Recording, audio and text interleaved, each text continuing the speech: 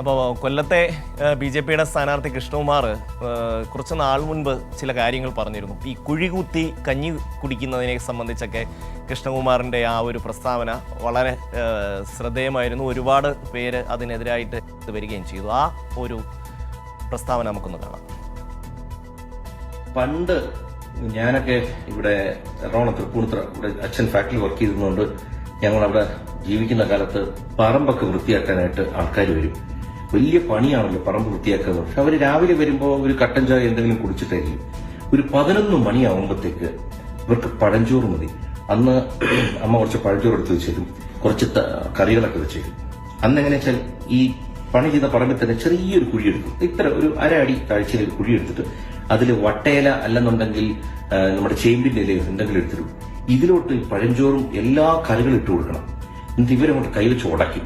ഉടച്ചതിന് പക്ഷെ കൈവച്ചല്ല കഴിക്കുന്നത്. ശ്രദ്ധിച്ചു കാണും. ഈ പ്ലാവല എടുത്തൊന്ന് ചുരുട്ടിയിട്ട് അതിലൊരു ഈർക്കിൽ കുത്തിയിട്ട് അത് വെച്ച് കഴിക്കും.